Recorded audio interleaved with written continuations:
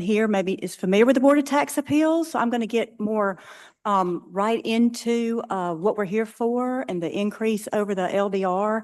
I guess just a little bit of background. We do have 6 employees. We have, 3 members of our board. They're appointed by the governor. And then we also have an executive director, an attorney position, and we have a hearing officer. And we basically hear matters appealed from actions that have been taken by the Department of Revenue, but we are separate and apart from them. We do not collect taxes. We don't collect any fees. We hear a variety of cases, $1,000 all the way up to millions of dollars, variety of issues, sales tax, income tax, ABC.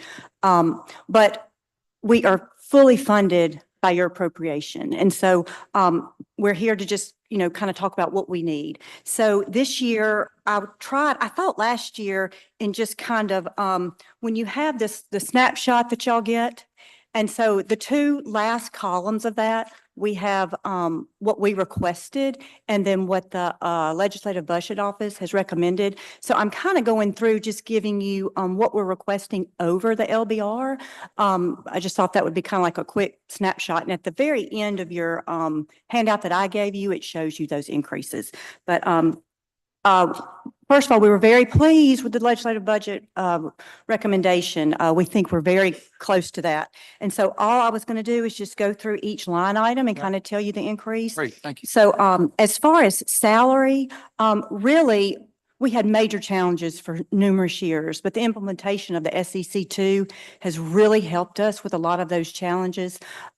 So we are asking to be fully funded, and it appears that the LBR has met that request. So the only difference is really our salary progressions or increases.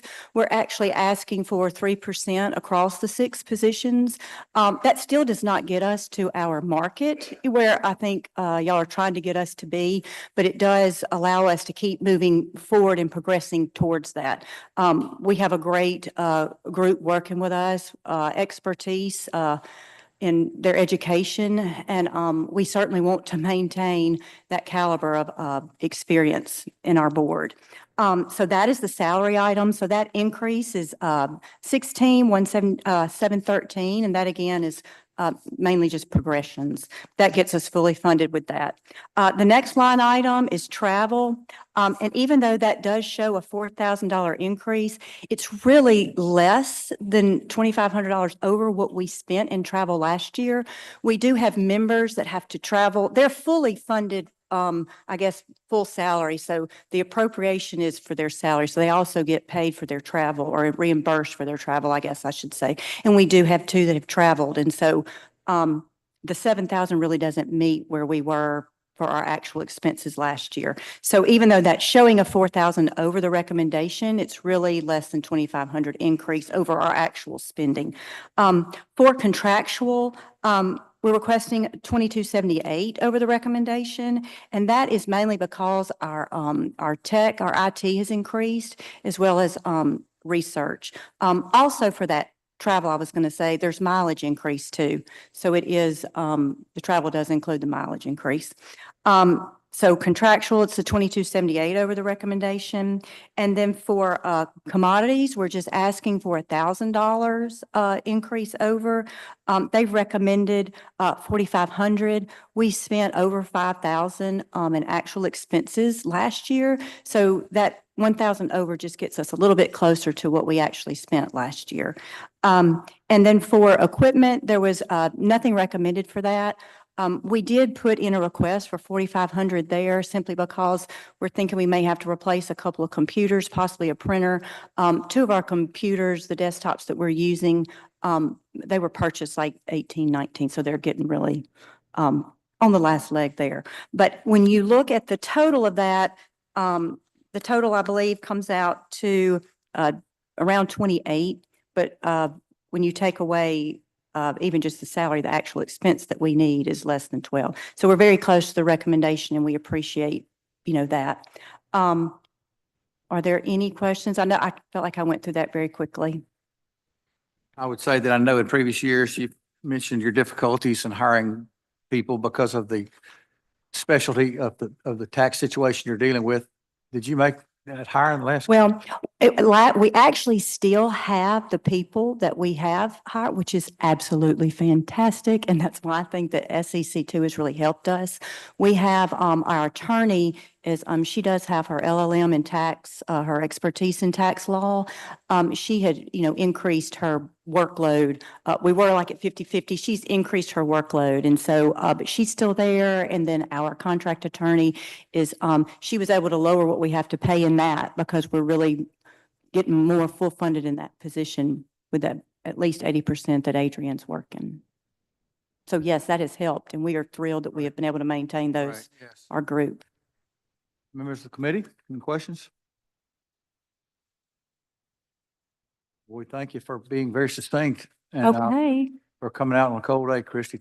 Just thank you so much for being. Absolutely. Well, I appreciate all of you, and I know the work that you try to assist with all your agencies, but please feel free to contact me if any questions come up. We want to help you help us. So, Thank you. okay, thank you.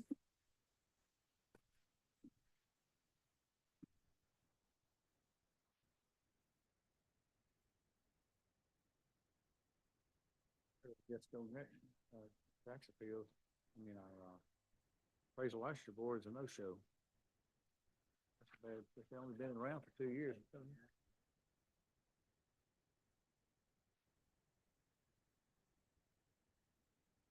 You want to go find them? All right, Mr. Prater, we'll go with you next. We spun off the appraisal licensure board. I guess they didn't learn how to keep a calendar like you did. So have always done so well. They were supposed to be first on the agenda today, but we appreciate you for being with us today. How about you first explain a situation that you've asked us to introduce legislation to correct this year on a bill from a few years ago, if you would. So the members of the committee can help me go to bat for that in the Appropriations Committee. That bill has been referred to Appropriations. That's the one where there was a repealer put in whenever actually it came from you, I think, Senator Michelle, about changing the application. And we've been changing the fees rather extensively over the last 2.5 years. And that particular one had on it that you would change the application fee to $100 from for both brokers and for salespeople. But there was a repealer put in that bill that did say that it was going to repeal on July 1st of 2025. And the reference in the bill, though, was to the wrong paragraph.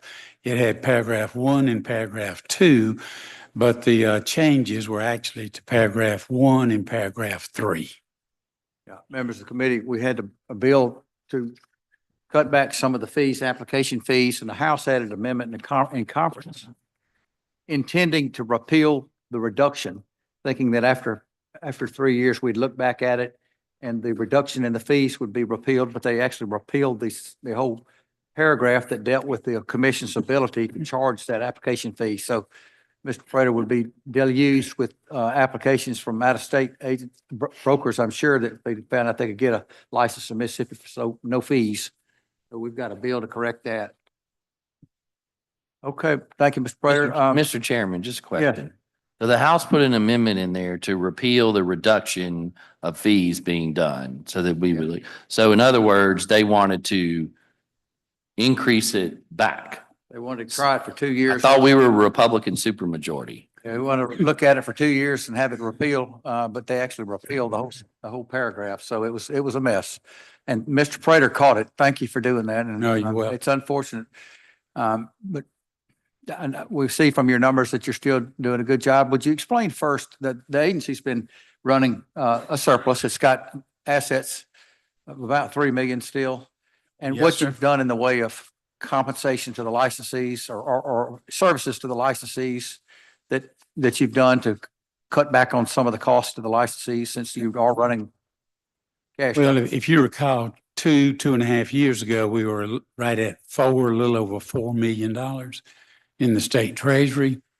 And we say the commissioners started cutting fees. And actually, I've met with this committee, this subcommittee, 2 or 3 different times, and we've talked about the process of cutting the fees. And actually, we've cut every fee that the Real Estate Commission charges to our licensees. We still charge $100 for an individual to submit an application. We charge $100 whenever they renew their license, which is $50 every year or $100 every 2 years. And quite candidly, other than that, we do not charge anything. We are the cheapest or the least expensive state in the entire United States as far as what licensees have to pay in order to renew their license and remain in the real estate business. I have a note there in this handout that as of the first of this month, we were down to $2,982,000. Our budget request is for 1 million, roughly 2 million. So it's just about a year and a half of operating expense in the state treasury. The first year that we implemented a good many cuts, we decreased the money in the state treasury by about 500,000. This past year, fiscal year, we decreased the amount in the treasury by 635,000. So the path that we're on right now makes it very affordable to stay in the real estate business and actually to get into the real estate business. And I would anticipate that perhaps not a year from now, but if certainly not a year from now, 2 years from now, whomever's here asking for your approval, they're going to probably want to go back and add some of those fees. Those fees were not totally eliminated. So statutorily, the commissioners could go back and to swap from one brokerage firm to another, they could charge a fee of $25 to do that. And it doesn't sound like very much, but real estate licensees change from one brokerage to another on a real regular basis. And before we did away with that fee, we were generating about $250,000 a year for just that one fee. But right now, there's no inclination and no need for us to change any of the fees.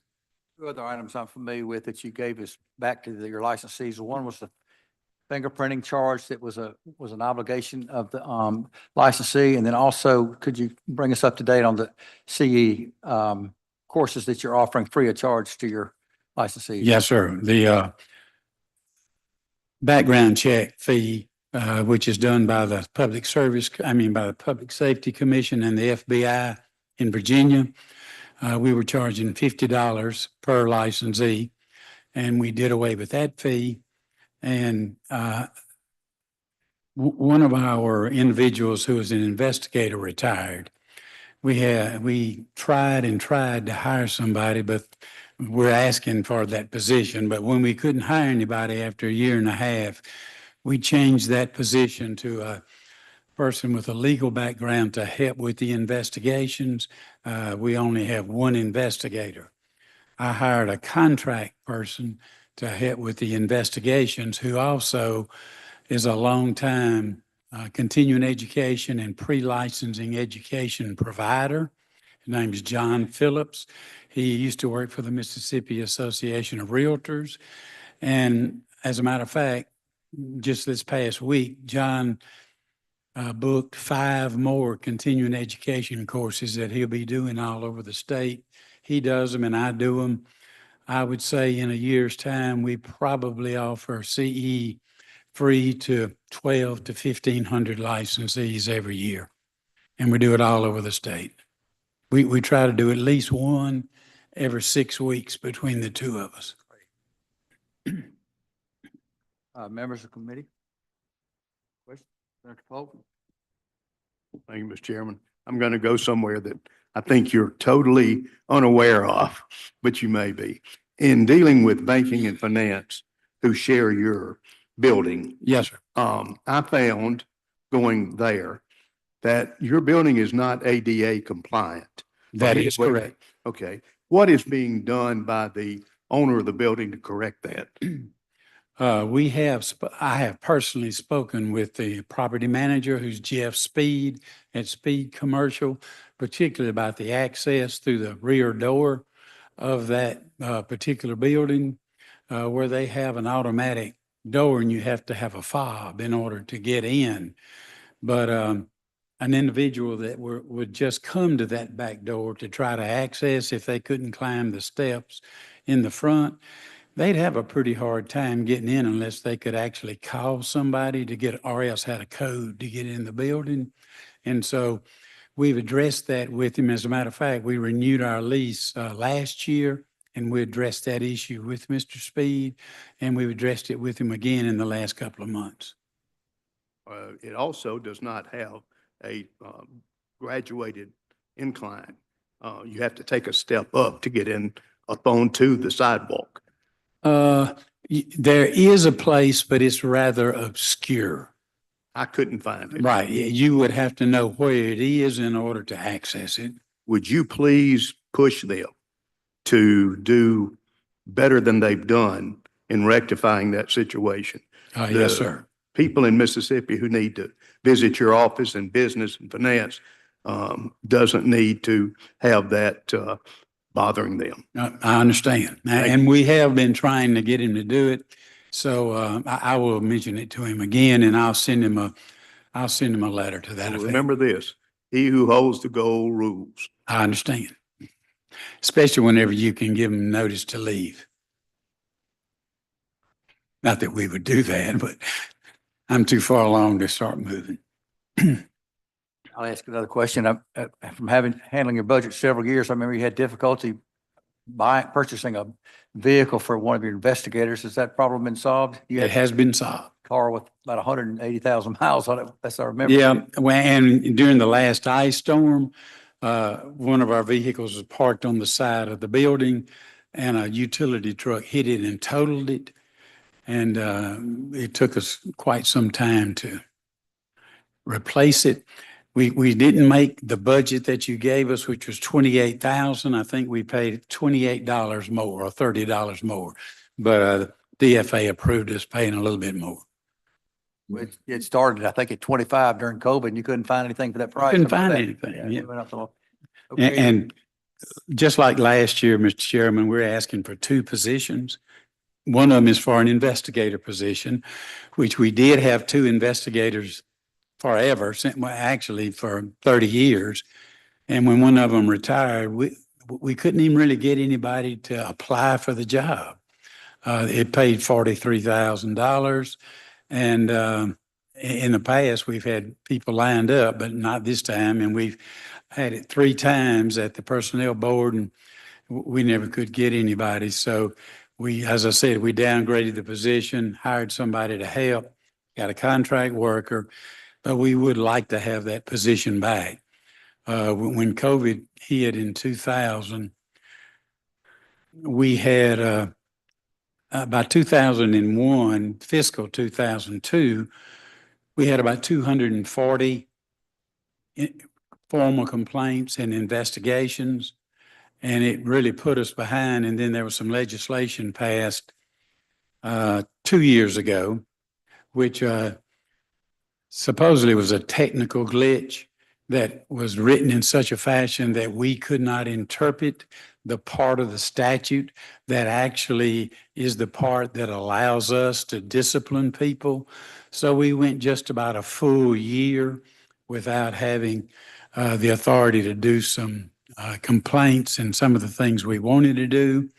And then there was legislation passed that did away with the Real Estate Commission's ability to police property condition disclosure statements, which nationwide is the #1 complaint against real estate licensees in every state in the United States. But we do not have that authority anymore. So as of the first of the year, we're down to 105 complaints. And we actually really need that next investigator. And then we're asking for one other position, which we asked for last year, which is with the appraisal board becoming a standalone agency and the home inspector board becoming a standalone agency last year. We had several positions at work for the commission, for the appraisal board, and for the home inspector board. And what I'd like to do, we've already sent a project. We had a project. We sent it to the personnel board about a salary structure and a reorganization of the entire real estate commission, which calls for somebody that'll be organizationally, or the organizational structure, right? They would report directly to me, and all of our team leads within the organization would report to them. So we're asking for that position again this year. And hopefully, if we can get those two positions, we're going to attempt to do away with two of our pens. We have one pen that's vacant that I do not intend on hiring anybody for that pen. And then if we get these two positions, we'll have another one vacant and we will not hire anybody for that. We would love to be able to just move them to those positions, but we have to have money to do that, and the personnel board does not have an easy access or an easy method by which we could do it. So this is the way we're trying to do it. Investigator position that you formerly could fill for 43, what is your projection? Well, I put in here 45. We'll try one more time. It does look like that the employment of the workforce market is a little bit thinner now, or a little bit more available than it was a couple of years ago. What about the second position? What's the salary range for that one? Let me see, 65 maybe. I've got it in here. I just don't. Yeah, 65. And that's a clerical position for It's a someone. specialist, Security- it's called security. administrative specialist. And the team leads in the state or in our agency report directly to those people. So in effect, that position would be looking at 14 to 15 people reporting to them.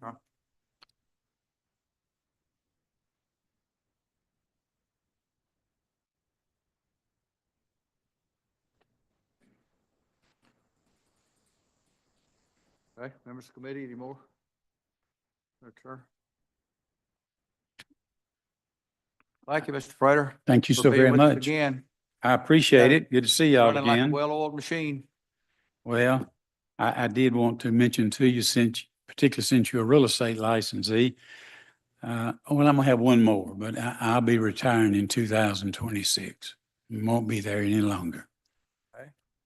Thank you for hanging in there a whole another year and a half. Thank you. I appreciate it. Thank you. Bye. Thank you very much. Thank you.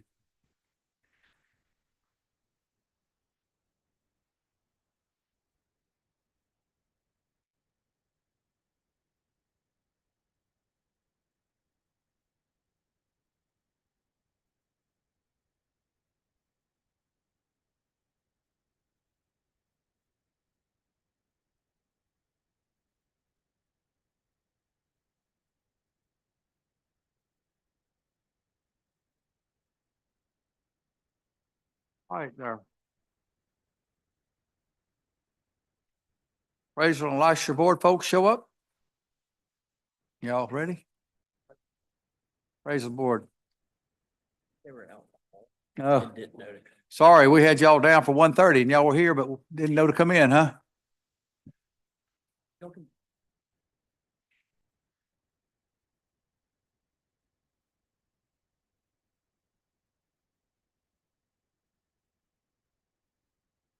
Okay.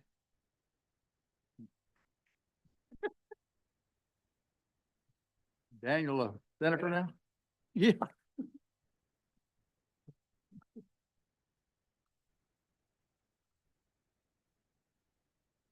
Thank you.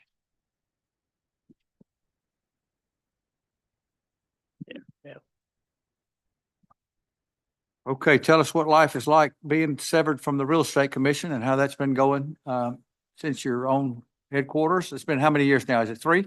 Yes, sir. We separated in 2023, so not quite. Still in the, Clark building? We were in the Woolfolk building and actually incurred the flood on the 7th floor. We didn't start the flood, by the way, but, since then we have moved to the Robert E. Lee building and we've really been enjoying it. Worked with Glenn Cornbreck rather. And Glenn was nice enough to find us office space, totally redo the office for us. So it's been really nice. Great. Well, thank you. Tell us about, your budget, how you've been operating and your number. How about giving us an update on your number of licensees and how that's, Sure. We have roughly our appraiser numbers, by attrition have been slowly declining over the years due to the average age of an appraiser in the state being around 50 years of age. However, with the new alternative practicum pathways, the PREA program, which is through the Appraisal Institute, and also the MPAT program, which is the Mississippi Practical Appraiser Training Program put on by Melissa Bond. That is allowing licensees an alternative pathway. Before, they had to find a supervisory appraiser that they would work under. And there, unless you have a friend or a family member, it's really hard to find. With that practicum pathway, it's really, we're starting to see the numbers slowly but surely rise. The MPAT program was started in 2022 was the first year that that program started, and the PREA program through the Appraisal Institute is brand new. It just started this last year. So I don't even think they've graduated their first course yet, but we are now able to, point licensees in the right direction that are having trouble finding a supervisor. So it's where the numbers used to be extremely high. We're down to probably 950 appraisers in the state. We've got right now, because when the interest rates go up, the appraisal management companies, when they're low, they're booming with business. When the rates go higher and all the refi work stops, the AMCs typically don't renew, which the renewal is $1,500 a year. Plus they pay $25 an appraiser. And that money, the $25 goes to the Federal Registry fee through the appraisal subcommittee. We have not had any fee increases. The fees are still the same. For renewal, $325, $80 for the Federal Registry fee for an appraiser. Everything has remained the same. $50 reciprocal license application fee.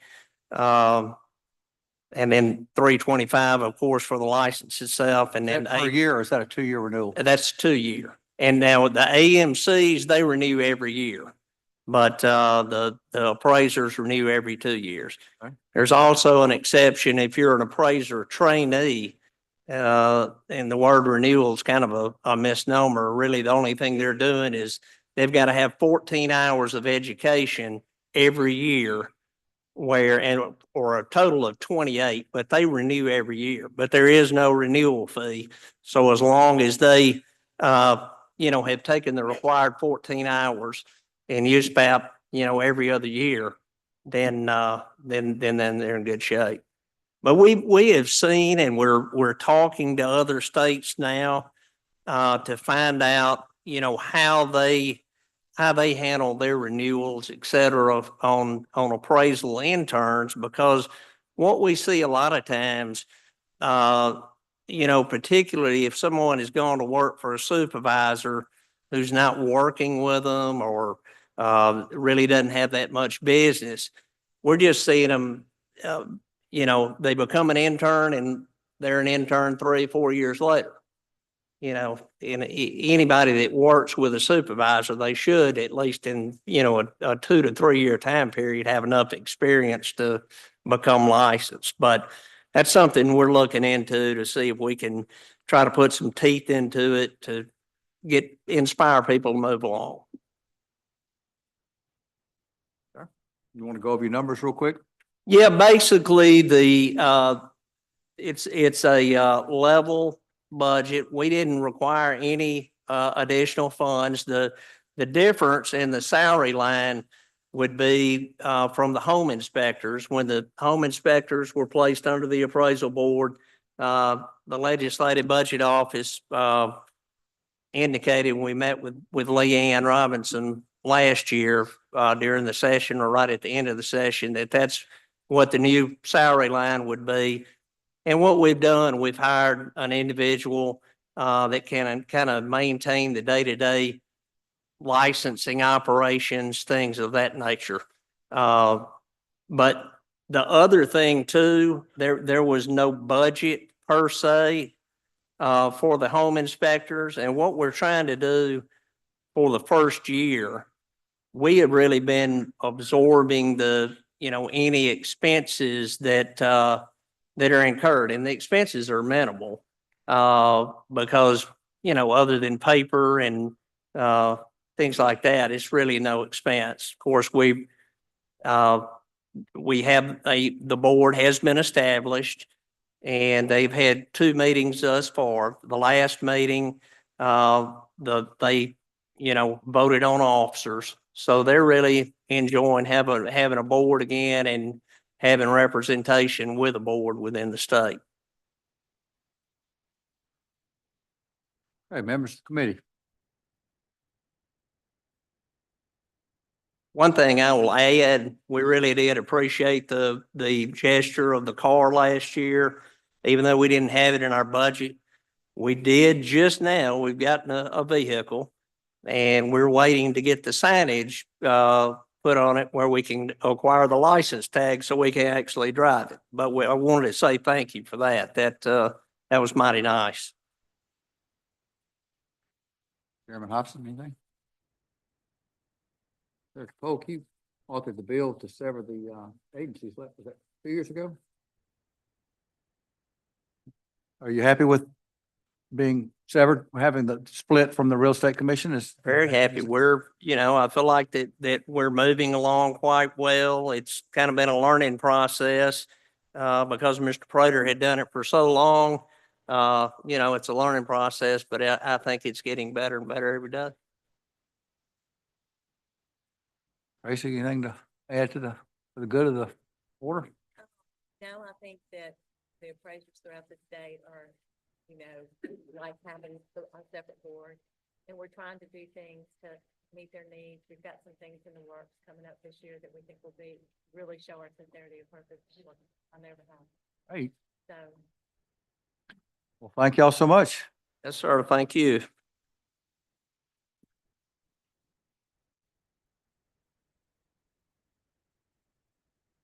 Early, aren't we? Where's Secretary of State Watson when you need him? Y'all want to take a quick break? He's supposed to be here. Anybody, go stop break or anything? We'll break for 5 minutes and come back. We'll wait on the Secretary of State's office to be here. Oh, y'all are here? Okay. All right, so we'll still take the 5-minute break because we finished a little bit early. The Secretary didn't come with you?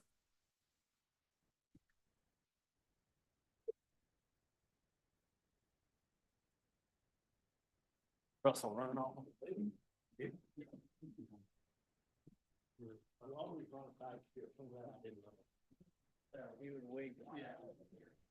No, not.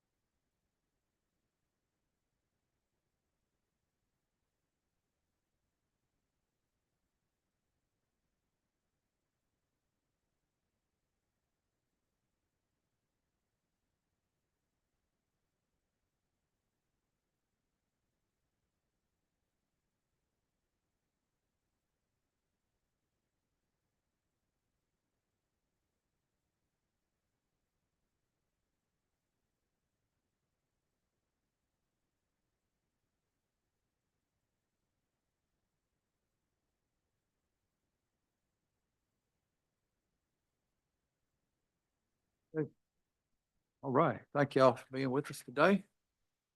Saw former Senator Watson got a good deer for his daughter. Is he working on that today in the snow? He is a little snowed under today. Okay. Well, good. Well, thank you for showing up in numbers. Absolutely. Well, thank you all for having us this afternoon. I do apologize, Secretary Watson's not here.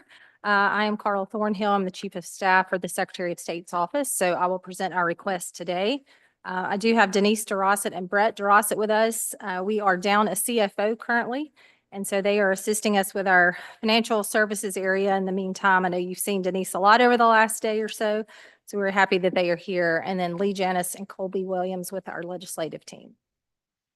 So I will begin our request today by pointing out the revenue generated by the Secretary of State's office for FY '25. General fund revenue was over 29 million. Special fund revenue was over 17 million. So as such, we are a revenue generating agency, whereas our operational budget remains at level funding. We are not asking for an increase, despite increases to insurance and travel reimbursements and various other administrative fees. So our request is less than what we generate annually. I do want to mention a few things that are notated in your handout, several big projects that are ongoing that we are involved with. Broadwater Marina, which you are familiar with, is a restoration project on the Gulf Coast that we are doing in conjunction with DMR, DEQ, and DFA. There are 3 funding sources for this project: Restore, Go Mesa, and Tidelands funds.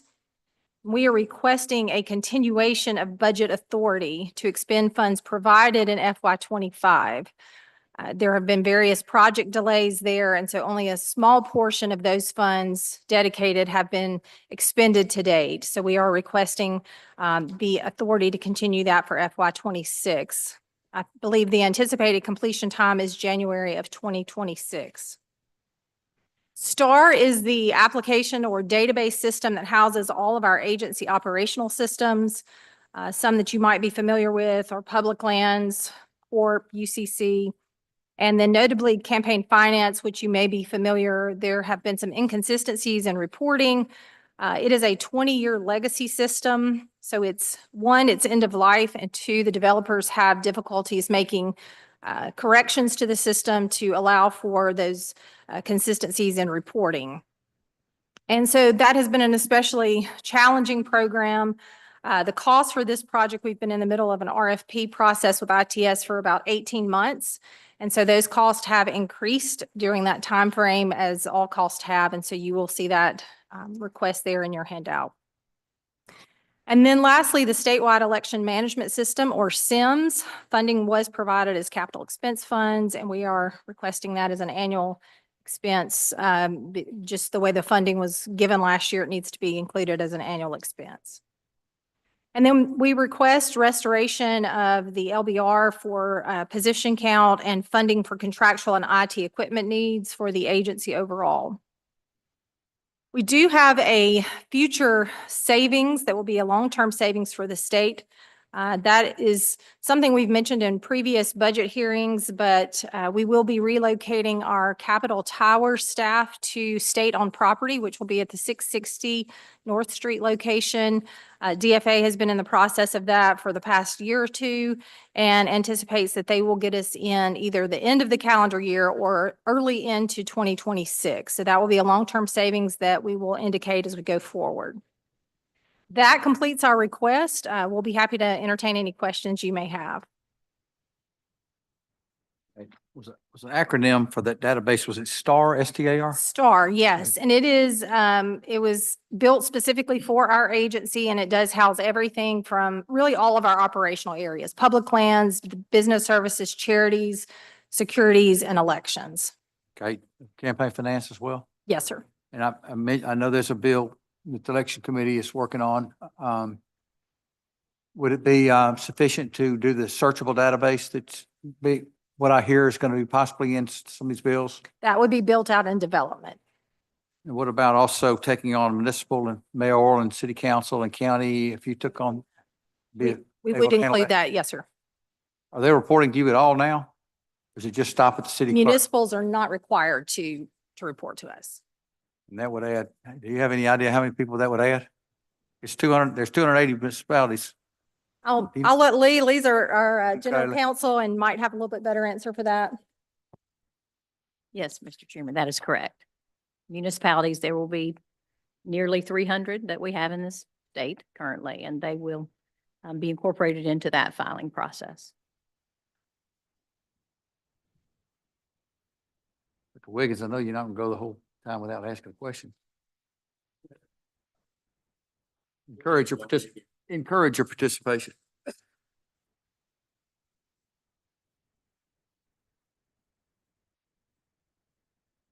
I'll ask one more then. What was the cost on that Broadwater Marina project?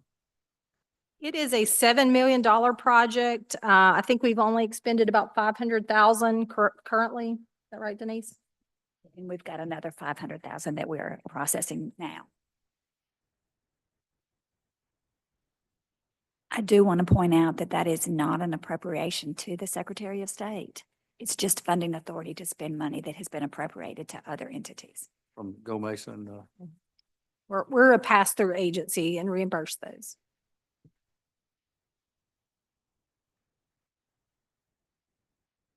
being a member of our coast delegation. Question for us? And I was coming in, you did mention, is that what you were talking about on the Tidelands and Go Mesa and all that? Yes, three different funding sources for that project that we work with: DMR, DEQ, and DFAL. Okay.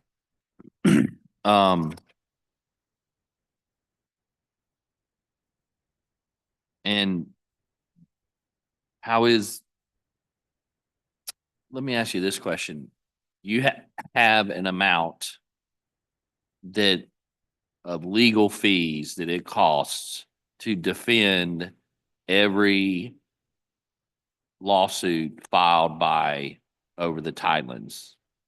How much is that?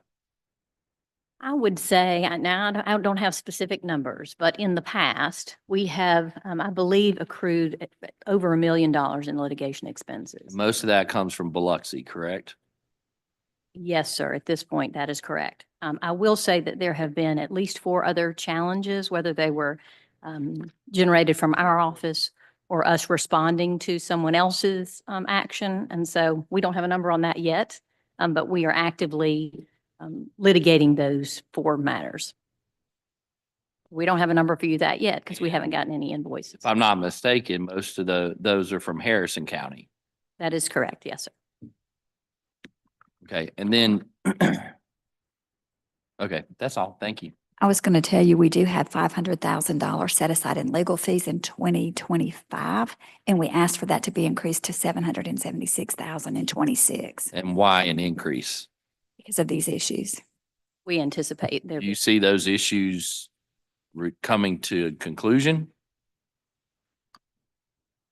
Either through the court system, they will, or if there's legislation that clarifies some of those matters, that might also be a remedy to some of these issues. Just to be clear, that's taxpayer dollars, right? That is, the Tidelands Fund is generated from, No, I'm sorry. The legal fees that you're expending are taxpayer dollars. they are coming out of the Tidelands Fund, which. Out of what? Out of the Out Tidelands special Fund. funds. They are special funds. Out of the special Special funds fund. to defend that being filed by a state municipality. In some instances, we are defending the state. Yeah, that's what I mean. Yes, sir. We may have to look at that. Thank you.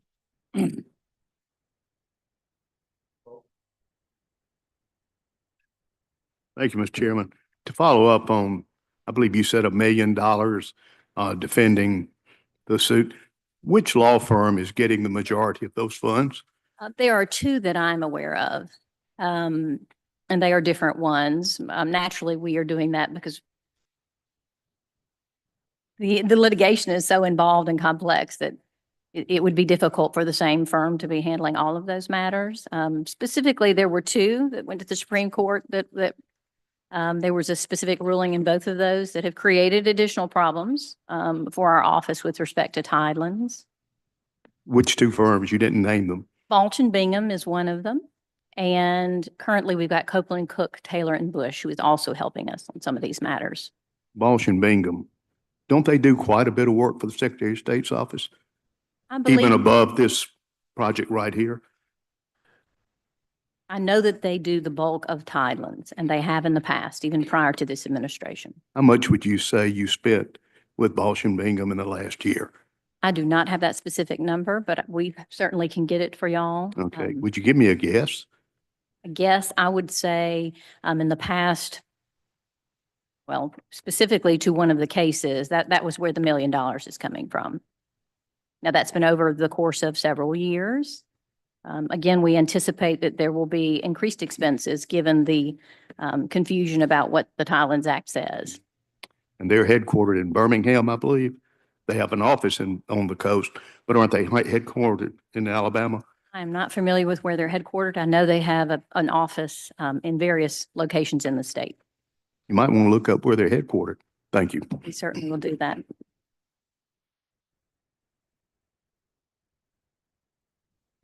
Thank you, Mr. Chairman. Going to the STAR program,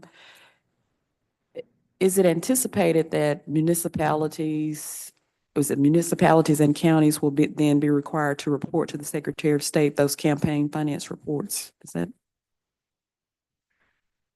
So our STAR application right now that houses all of our operational expenses is part of the election systems, not the statewide election management system, but the reporting process is through campaign finance, and that system is through STAR. And so, when is it anticipated that municipalities would be required to, submit campaign finance reports? And my reason for asking is, do you believe that if there's some 300 municipalities or approximately 300, is it anticipated that there will be additional staff needed to manage the reports, or you all will be capable of just using existing staff? We are not asking for additional staff for any of those reporting requirements. Is it anticipated that you would need staff, even though it may not be a current need? We haven't discussed ever adding additional staff for any of those reporting needs. Most of that system does that. It generates it automatically. So for all the other purposes that those reports come in for, it is automated.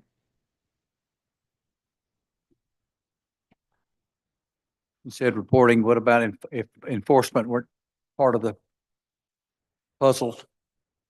Have you anticipated handling that early on if there's a bill that passed that's effective July?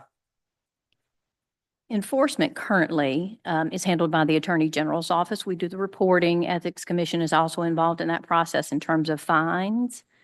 So if the law remains as it is currently, we don't anticipate there would be additional staff on our end.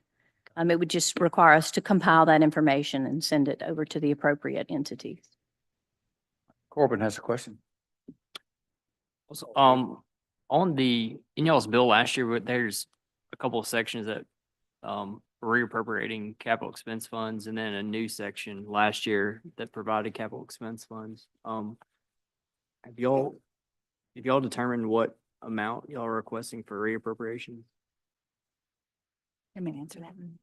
So last year you reappropriated almost 2 million. And so if you look at that very front piece of your handout, we added that together for what was in the CEF funds and what was in general funds, as all state supported funds. Most of that was considered one time because it came out of CEF, but those were not one-time funds. And so what we've done is just said we need that all to be general fund, whichever the source is.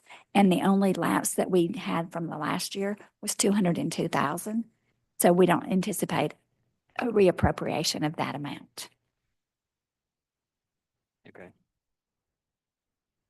So they're all, I guess you're asking recurring funds for those? They should have been recurring probably last year because they're ongoing cost. Some of those were because of the data security. They moved it to a cloud base, and they said that was to do that was a one-time thing, but it wasn't. It was incorrectly stated as one time. And I think the reason it was stated as one time was because of the source of funding, not because of the ongoing project. Okay.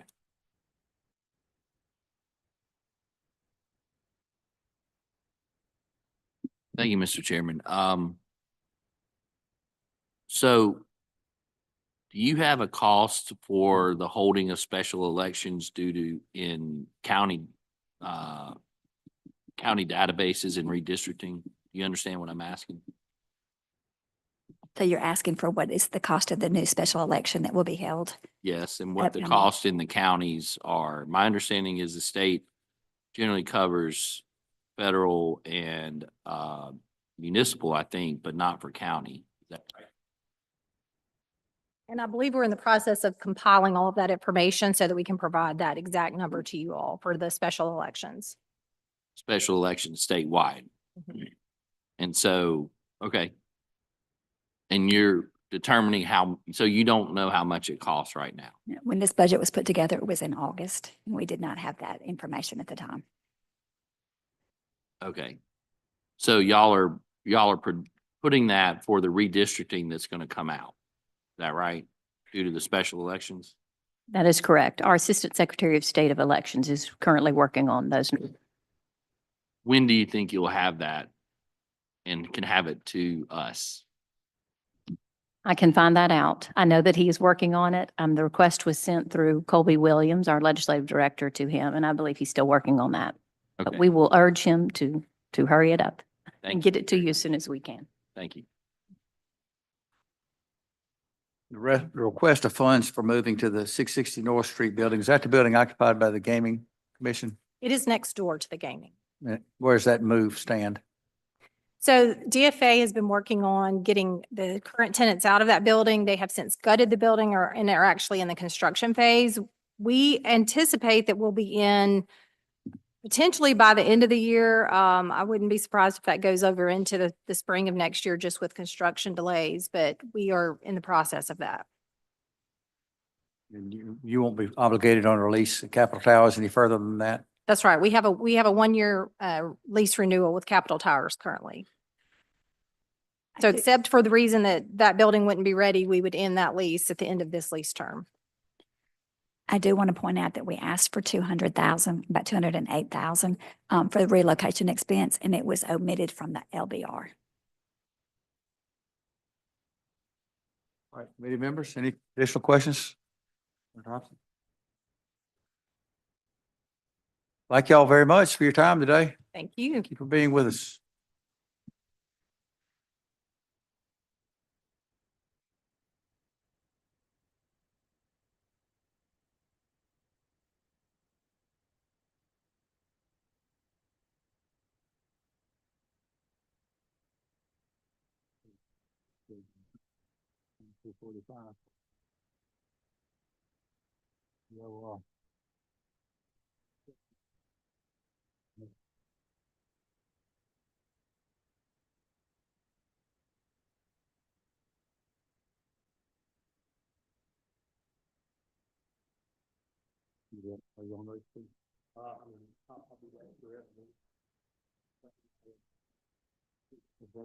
There's Mark Henry.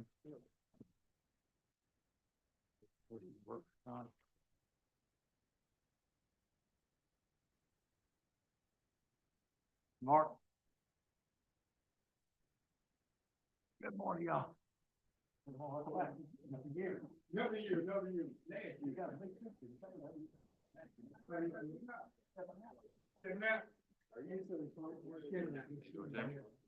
What's that?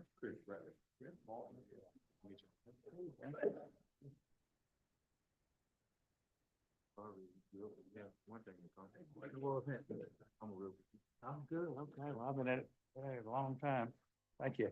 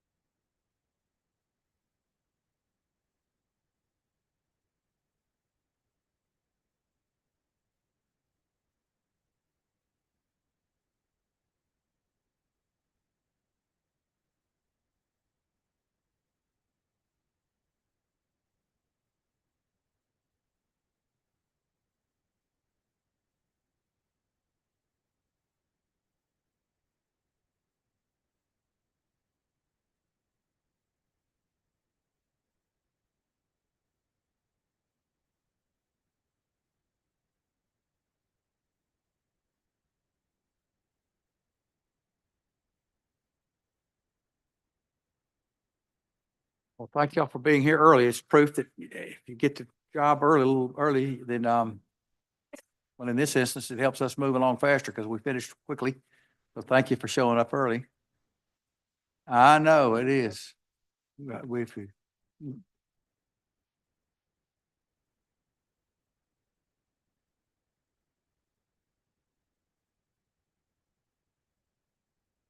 Born be playing in the snow?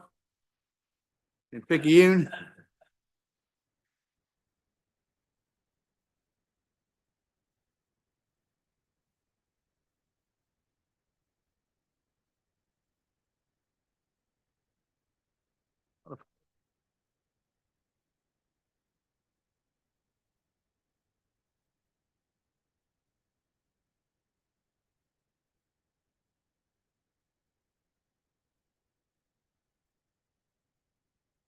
Yeah. Would you like to take a point of personal privilege and tell us about your reappointment?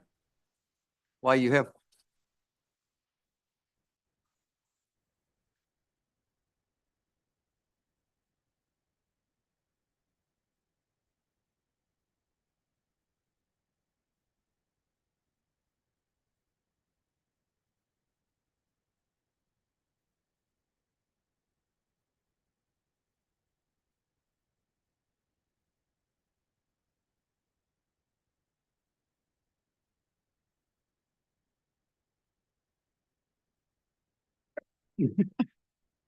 There we are. Okay. Since I have participated in the decisions of the commission, which of course the appellate level from us is our Court of Appeals, we have been reversed only once, and that was on procedural, not substantive grounds. So can I take all the credit for that? No, but if we were reversed routinely, I would get some of the blame for it. So the fact that we've been reversed only once and then on procedural grounds only, I will take some of the credit for that. So I look forward to seeing you in your different capacity, Senator. Great. Thank you for the job you've done. I know you, from attending Massey conferences and other conferences with you, you're the most diligent one of the whole group, I believe. I don't think you've ever even walked out of a room during the presentations. You take it all in and you're always eager to learn. So thank you for your interest in. I appreciate you serving saying that. district I wish best. my wife were here to hear that. I noticed right that. there. I noticed it.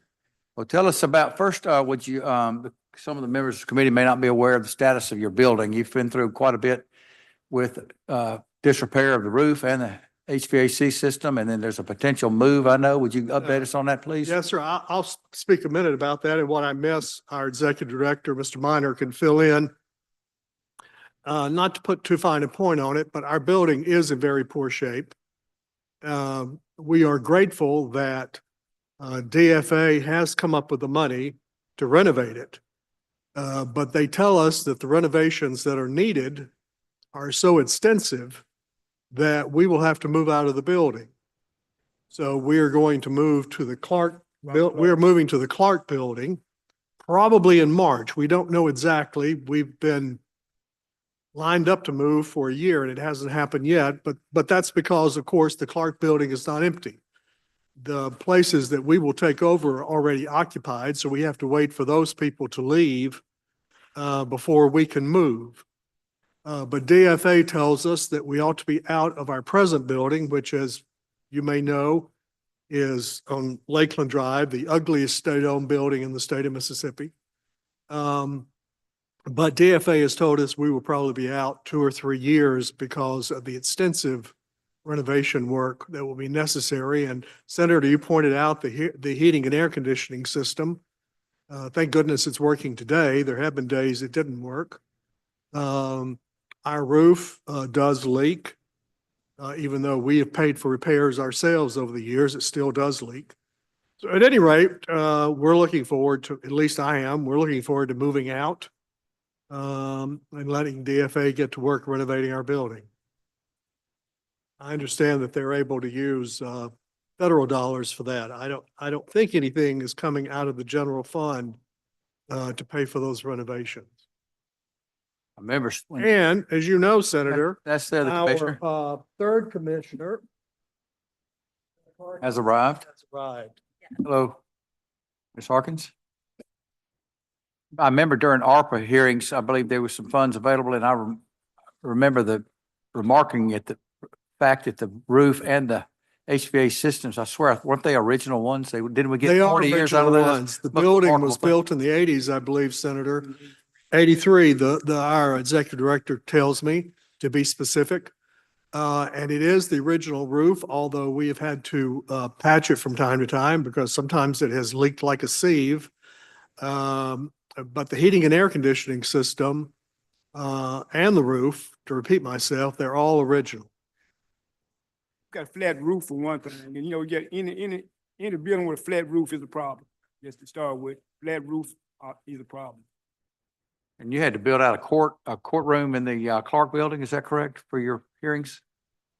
At the Clark Building, there is some space available that we will be able to use for hearings.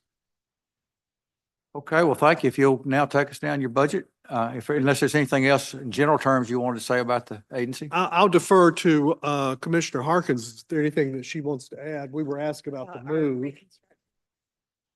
Not specifically. I mean, I think we'll be able to, I mean, we'll definitely be able to make it work for the temporary time that we're there, but we definitely look forward to moving back to the Commission on Lakeland once the renovations are complete. Because I think with the constituency that we serve with people with injuries and disabilities, that having something that has better handicap accessibility is really important. And so I think a lot of great things will come from our renovation. So we're looking forward to it. And Senator, if I may, I'll add one thing. This is what Commissioner Harkins was getting at. Our building from 1983 is so old that it's not subject to any of the handicap accessibility requirements. Of course, the new building will be. Right now, I don't know if a person, for instance, I don't know that a person confined to a wheelchair would be able to get on our elevator. But we have been assured because, and Commissioner Harkins led the charge about this, we have been assured by DFA that the renovated building will meet all those standards. Great. Well, if you'll give us a dive into the requests for this year, we appreciate you. But it should be short and sweet. I worked for the legislature for about 10 years, and when I was a budget analyst or whatever, and when the agency head would come in and say that these special fund dollars and don't affect the general fund, it would kind of push me kind of the wrong way a little bit. But really and truly, the money we ask for today will be generated by us. We will generate every dime of this $328,000 we asked for today. And that's what we asked for, additional $328,000 in the salary category. And these funds will be used to fund pay raises. Just be simple and true. You'll fund pay raises for the commissioners, the judges, and the executive director. And these pay raises were recommended by the State Personnel Board in their 2025 realignment survey. And what they're saying is these positions are out of alignment with the other surrounding states. And so we're here today asking for those positions to be realigned. It's pure and simple. We ask for pay raises for the commissioners, the judges, and the executive director. And that's the only request we got over the Joint Legislative Budget Committee. The only increase we requested today. And I would add that specifically when we've asked for this before, the legislature has not designated a raise to the commissioners. It's in statute that it's set by the legislature. And that hasn't happened since 2013. And this is 2025. And for it to be effective, I think in the past, people think the raises have been approved by the Senate and the House, but it has to be designated in a line item, very specific in our bill. And that hasn't happened since 2013. And so that's where we think we get it, then we don't. We're hopeful to work with the State Personnel Board to try to stabilize that for the future. And Senator, if I might add one thing, and that is building on what Mr. Minor just said, that our budget is self-generated. By that, I mean that the legislature tells us the authority we have to spend money. We then assess that money from the entities that provide workers' compensation coverage in the state of Mississippi. And I say that only, are those tax dollars? Yes, they are. I say that only for this reason. If you were to give us an extra $10 million, it would not take the money out of the general fund. It would not decrease the money that the legislature has available to spend on something like education or Medicaid or health or mental health. Any budget that you give us, not $1 comes from the general fund. I don't know if we have anything else to add. If there are any questions, we'd be happy to entertain them, but otherwise we'll make you a gift of the rest of our time on your schedule. Yes, sir. Oh, Thank you, Mr. Chairman. I'm as big a fan of a flat roof as you are, which is zero. I tell you. Just a quick question. Is the new renovation going to put some type of pitched roof on that building? No, sir, I think it's gonna resurface the flat roof. We're just going to put lipstick on that pig. Yes, that's my assumption of it. Thank you. Mhm. Unless DFA would like to do something different. Well, that's right, Senator. If you, So, I didn't mean to. no, go right ahead, yeah. If you contact the DFA, it might do some good in that regard.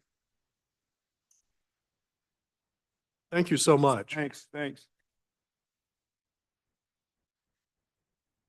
the ideas in the past that Chairman Formby's had on the, making the lists available to the attorneys. That wouldn't, you don't see any way that increases any fundings other than possible cost of defense going up, maybe? Well, what you're talking about, if I understand correctly, Senator, and correct me if I don't, is that certain information about filing claims or reporting injuries, to be more accurate, is public information. Now, not the nature of the injury or any of that sort of thing, not any medical aspect of it. But if Mark Henry is at work at the Workers' Compensation Commission and I fall down the stairs and say I have a work-related injury, my employer is to report that to the Workers' Compensation Commission. Under the present Open Records Act, that is public information. And so, of course, what you're referring to, because some of the others here may not know this, is there's a handful, most lawyers who represent claimants, injured workers, do not do this. There's a handful of law firms around the state that periodically contact us and ask us under the Public Records Act for a list of those people for which a work-related injury or an alleged work-related injury has been reported. And they ask us for the name and the address. And we treat that like any other request for public documents. We assess the charge that we're allowed to assess under the Act. They pay that, they get that information. Now, I'm not here to speak for Chairman Formby. This has been something that has bothered him since he got there. I don't know that it bothers me so much because I will tell you another group that contacts us. And that is employers. Because using Mark Henry as an example again, Mark Henry applies for a job in Louisville, Mississippi, where I grew up with Taylor Machine Works. And I don't know that Taylor Machine Works contacts us. I do know some employers do. But I'm just using Taylor as an example because the head of the company grew up with me. Some employers will contact us and say, has Mark Henry ever had a workers' compensation claim? And we will respond, yes. In 1997, he filed a claim. We don't reveal any of the medical, any of the confidential information. So I do know some employers use it as well, and I don't. You ladies and gentlemen are the experts about the legislative process. It's just that I don't know that one could craft a legally responsible bill that said the claimant's lawyers couldn't get this information, but the employers could. Or the employers couldn't get this information, but the claimant's lawyers can. All we're doing is following the statute as we understand it.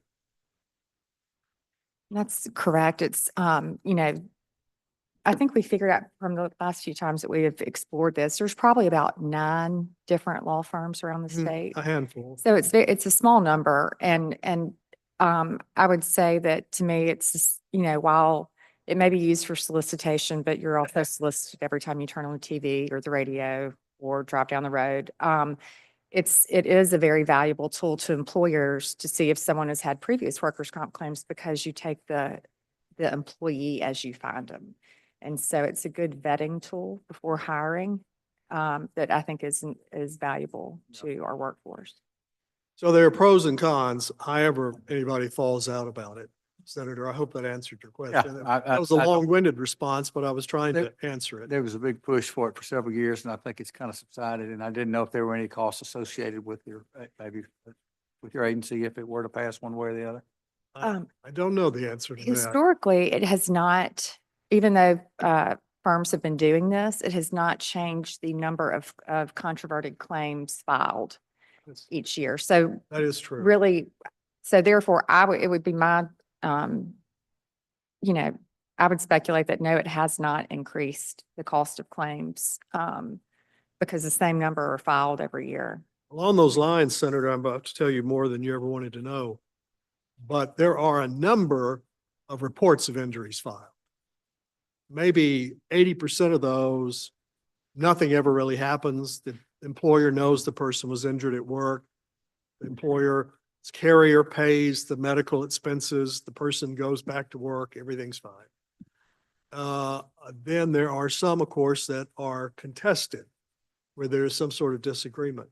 Oddly enough, when the economy is good, when the economy is bad, when employment is up, when employment is down, I would think it would fluctuate. It does not. The number that is contested, as Commissioner Harkins just said, stays pretty constant over the years. I don't know why it does that.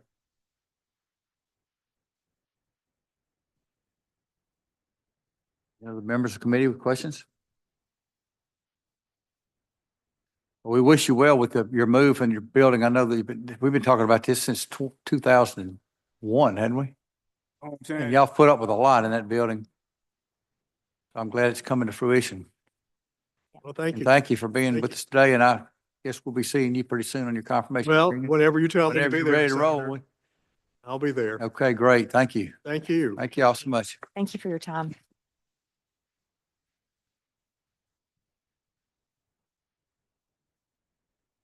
Roof's been leaking, they had fans, but they didn't have the air conditioning. We had all that COVID money, we did get COVID money, I think, thanks to you. No, we got Dior.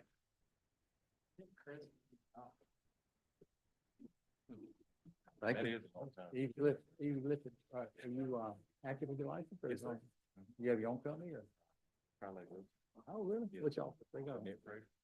Oh, did you say Mr. Prater? Yeah, I ain't seen him today, but I saw him. Where is that office? What city?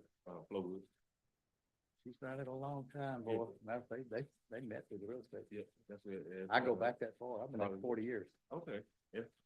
Well, yeah, that's what he was telling me about, cause that was my first time actually seeing him. Yeah. In He's person. small. He was an appraiser at Cleveland for many, many years. He retired from that, done a great job with that. Yeah, that's what I told him. I was like, I appreciate your work. Yeah, well, good. Well, tell her that Mark Michelle says hi. I will. Well, Good to meet you. thank you. Yes, sir.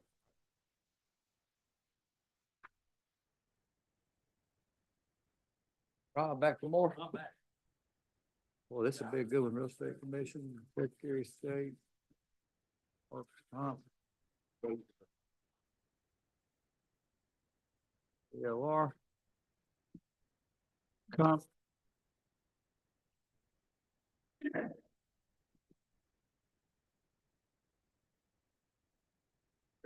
that good?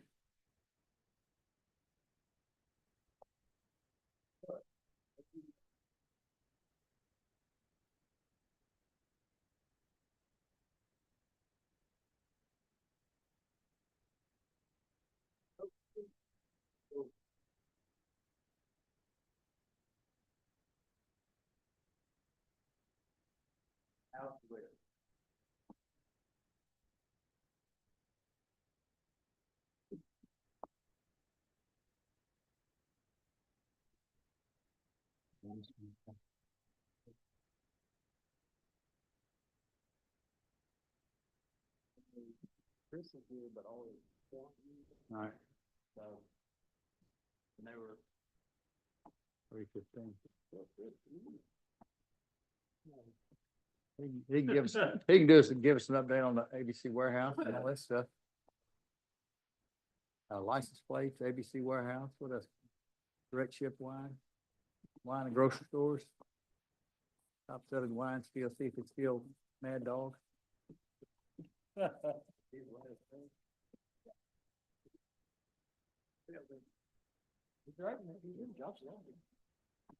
Josh's office.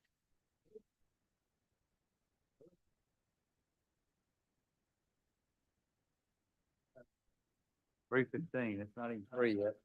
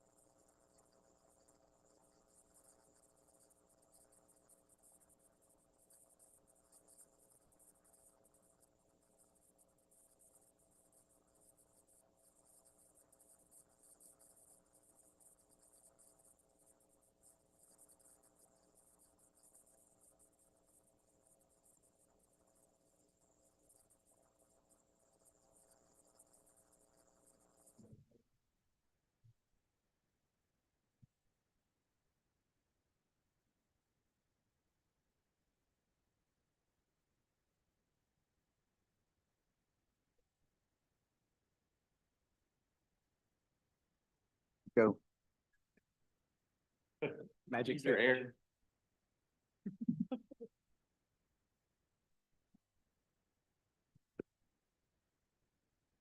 Esther, thank you for being with us again. Good, good afternoon. Thank you. I'd like you to make some general comments, and of course, it's a wide open for updates from us from the new ABC warehouse to Okay. how the process is going and getting shipments to people, the license plate reauthorization. We would like to know about the update on license plates and Okay. personal income tax collections, please. Okay. But give us a general update. We shouldn't take me more than about an hour to go through the annual report that I brought. Good. That's the good news. Thank you, Mr. Chairman. Thanks for having us this afternoon. I did bring a copy of our annual report and wanted to point y'all to just a couple of pages in the annual report. I'll try to be very brief so we can move along. The first one is page 15 of the annual report. Last year, we collected about $10.6 billion. Out of that $10.6 billion, y'all tell us where to send those funds to the various places. The amount on page 15 that we sent to the general fund last year, so that's for the year ending June 30th, was $7.3 billion that we sent to the general fund. Now, keep in mind, we collect most of the money that goes to the general fund, but some of the money that goes to the general fund comes through the Department of Finance and Administration. And so the total amount that was collected for the general fund, I think, was right around $7.7 billion last year. And of that 7.7, we collected 7.3. I like the chart on this page because it shows you the sources of the money that we collect for the general fund. And you can see on the reports on page 15, Senator, 38% of what we collected last year came from sales tax that went to the general fund. Individual income was 30.6%. And then the rest of them are set forth there on that page 15. The next page, actually really the next two pages, the next three pages show you the entirety of what we collect and where we send the funds. I'm not going to take your time to go through that, but it does in very great detail show you of the $10.6 billion that we collected last year, where we sent those funds. The next page I'd like to turn your attention to is page 21 of the annual report. This report relates to sales taxes, and it relates to the special sales taxes that you all approve, usually through local and private legislation. So these are the special taxes, the tourism taxes they're called sometimes. These are the taxes on hotels, motels, restaurants, the special taxes that you allow municipalities.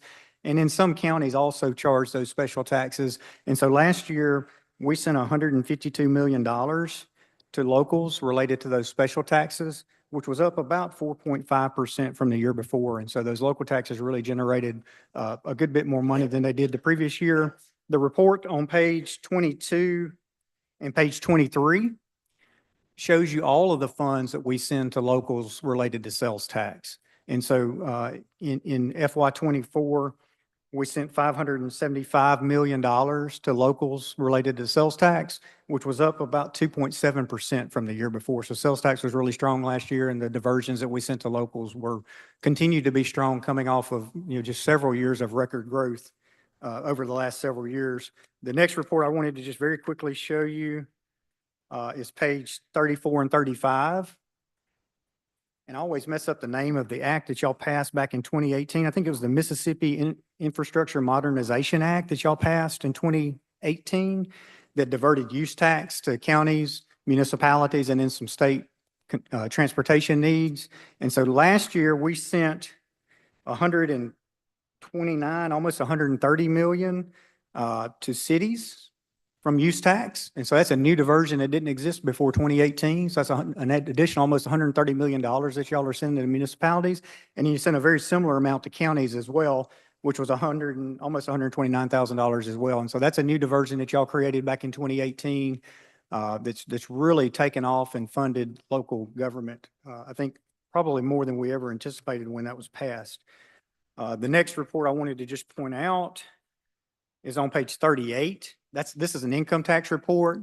I like this report because it shows you the income levels of the folks who actually pay the income tax in the state of Mississippi.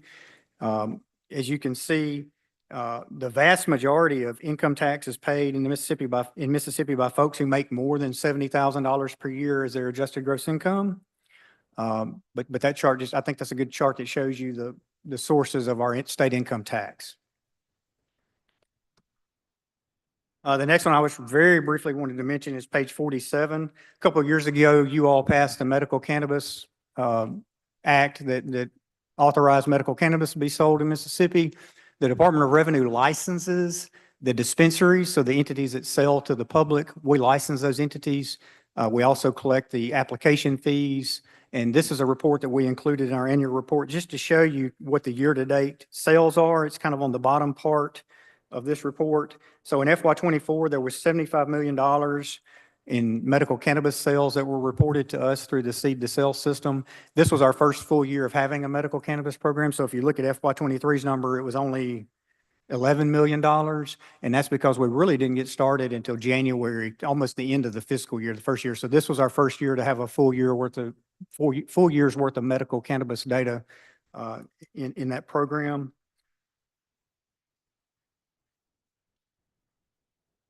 And then very briefly, page 48, somehow I get stuck on this one sometimes.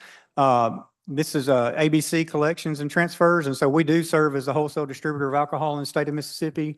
And I just want to point out to you all that last year we sent almost $121 million. Most of that goes to the general fund. Over $100 million of that goes to the general fund, and the remainder of that goes to special funds that you all direct us to send it to. So that's continued to be a very strong generator of revenue for the state of Mississippi. And Kelly's going to give us a real brief update on the warehouse in just a minute. And as well, we can address any questions you all have about alcohol. And then the final report that I wanted to show you all in this book is on page 66. We do manage car tags, and we help the counties manage their inventory of car tags, and we also sell some of the car tags. Some of these car tags are issued from our office. But last year, this page here shows you all of the special tags that you all have approved over the years. We have quite a few special tags. We seem to have a tag bill every year where a new group or 10 get authorized to do a car tag. And we kind of have our hands full with dealing with all the different car tags that you all have authorized. But this is a really interesting report that shows you how many plates have been issued. And a couple pages over, I think it actually shows how much funding has been generated for each of those entities. But with that, we just finished up our year of reissuing tags. And so you all recall, y'all approved 2 different standard tags last year. There's a blackout tag that you can get as a standard tag. It costs a little bit more than the standard tag that we kind of have traditionally had. And we've spent a lot of time this year trying to manage inventories in the local governments, making sure we have inventories of each of those tags, because it's been a little hard to predict at times who's going to want a blackout tag versus who's going to want a standard issued white tag with the blue magnolia on it. But that's something that generates quite a bit of money for the state. But mostly it's, generates money for the locals. And so, most of the funding that is received related to car tags is ad valorem on the cars. And so the state just gets a small fee off of the car tags. With that, I do have Kelly Gray Rhodes, who's one of our 2 associate commissioners here with us today.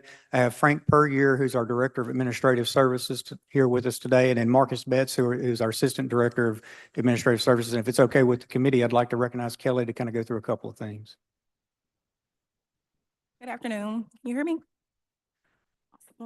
So just want to give a quick warehouse update. In fiscal year 24, the ABC warehouse shipped a little bit over 3.7 million cases. And right now we have about a total of 2,500 permits with about 680 package stores, basically.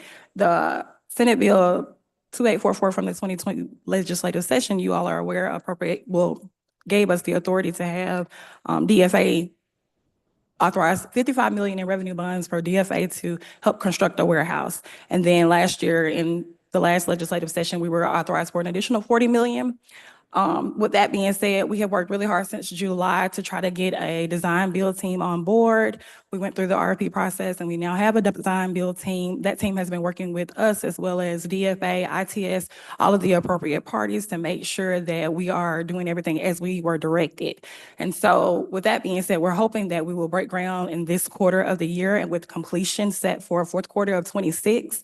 We're really excited about that. We've identified some areas where we think we're going to have to come back and talk to you guys about increasing our special fund authority. There are some items that have been identified that we think the useful life for those items that we will need in the construction of this warehouse it's less than the 25-year loan financing. So we think that we think it's something that we could absorb within our own budget, but we want to make sure that we get those numbers hardened down and make sure that we come back to you and talk to you about it. But that is to come. So we are on track to construct our warehouse. It's a little bit under 300,000 square foot, and it is significantly, we think that it will be ready on day one to house at least 600,000 cases for all of the products within Mississippi. So we're really excited about it. Any questions? Plans been completed for the design of that? We have finalized the plans. Again, there are a few things that we're still wrapping up just related to basically the MHE within the warehouse, the material handling equipment, just making sure that those are not things that we finance for longer than their useful life. And so we're trying to narrow down those numbers. But we expect to break ground this quarter. Current facility about 180,000 square feet. The current facility is 211,000 square foot.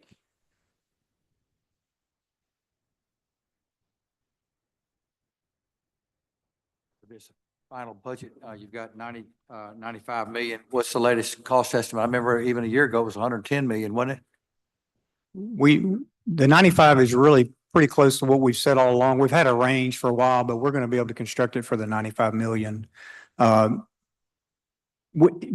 With the caveat that there may be some things that we have to purchase we may have to purchase them a little quicker. You know, there are things that we purchase every year in the warehouse because we're operating a current warehouse, but with the transition, there may be a little bit of an extra expenditure of our regular state budget dollars to get the thing up and running like we'll need to do, but not anything significant. But yes, sir, the 95 million will construct it and equip it as we need it. Would you break down, please, the distilled spirits versus the wine and the floor area, and as compared to the revenue produced by each of those two entities? So I believe that you're asking for the wine that is in the warehouse. They represent about 60% of the volume, but actually about 35% of the cost, compared to spirits, which represent about, if I'm not mistaken, 35% of the floor space and then 65% of the sales. Is that what you're asking? Yeah, Okay. real fast. So could you slow it down? Wine is 60% of the volume. That's Basically about the floor space. So we carry a little bit more wine in the warehouse. Yes. plans for that, all of that to be conditioned? Air conditioned? The entire warehouse is to be conditioned, Entire yes.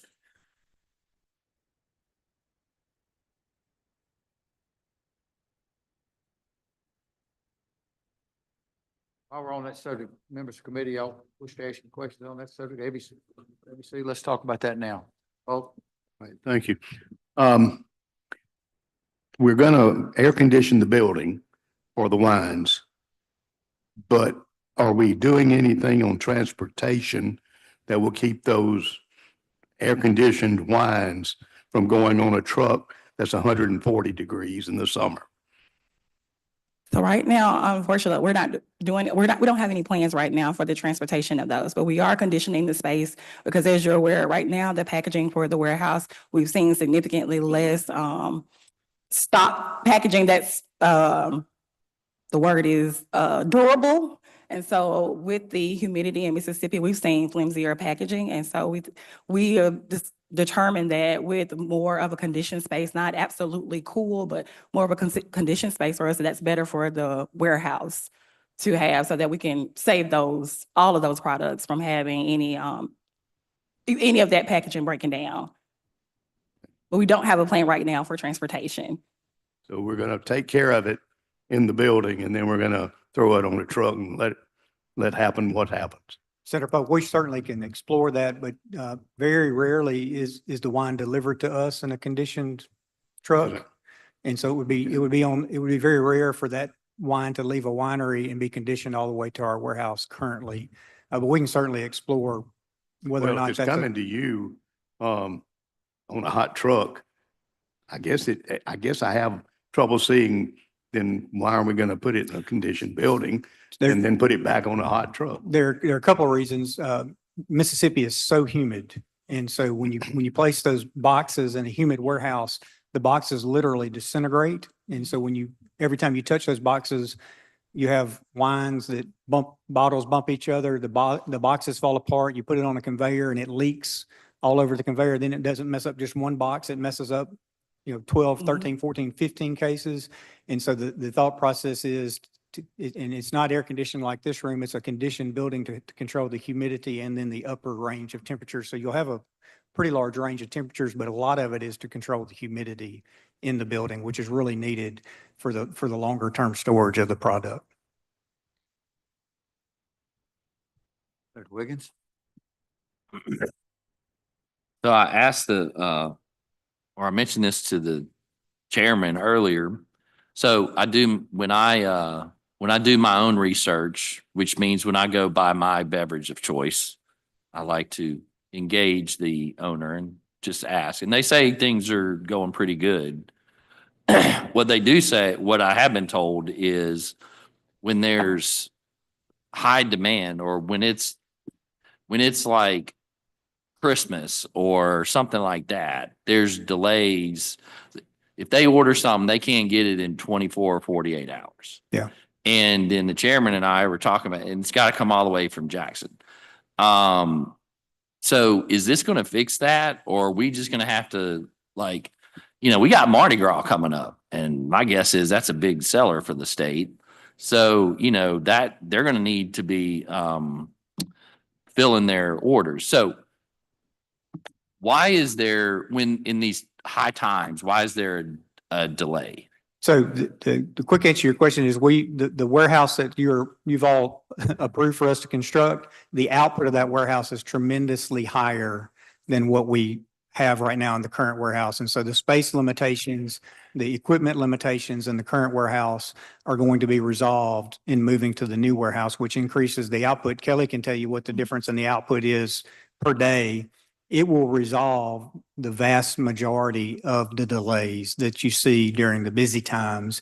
So if I'm sorry to interrupt. So No, if they please. say like, hey, Mardi Gras parade's happening and we need something for all that, they can order it, and instead of a week or whatever, it can be 24 hours or something. We would anticipate you make an order one day and within a business day or two, it will be shipped to you. Shipped or delivered? Shipped. So if you make an order by X time in a day, it's early enough. Hopefully it would be shipped next day, and then you'd be delivered or that night, and it would be delivered the next day. And so you could be talking, depending on when you order, you could be talking about a business day or two, depending on your timing of your order. And then in the busy seasons, it will probably take more than 24 hours for it to be shipped, because there are times when the orders come in all at once at the end of the month. Sometimes the companies will run specials, and so what the orders you receive within 1 or 2 days sometimes will exceed, especially now, will exceed what we can do in a night at the warehouse. But the output of the warehouse is going to go from 6 shipping doors to 14.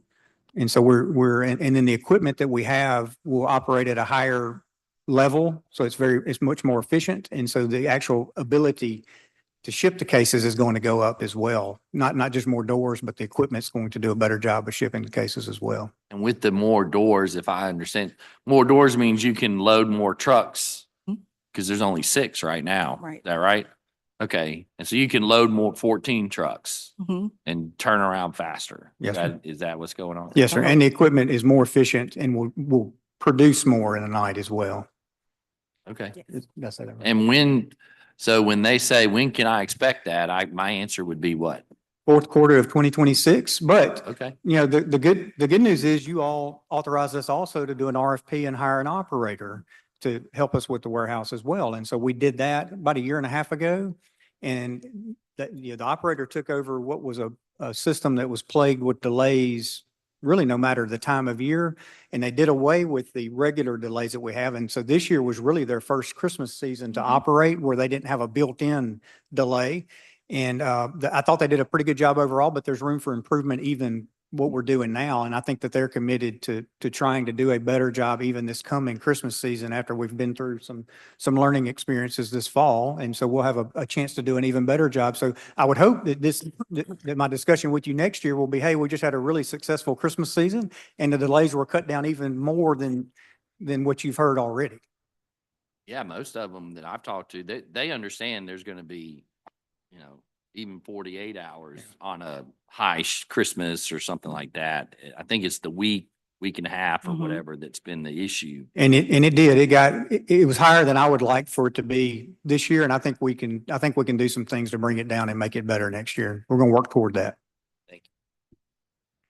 few years ago, when the Amazon package sorting facility opened up near your facility in Gluckstadt, you were concerned about losing workers in the warehouse and labor. And has that balanced out, or you had to raise the rates for your warehouse workers? It's my belief that the operator's done a really good job in getting the salaries competitive, and they've got a pretty decent team in place. That was one of the things that took them a while, I think, to really get in and get their workforce where they wanted it.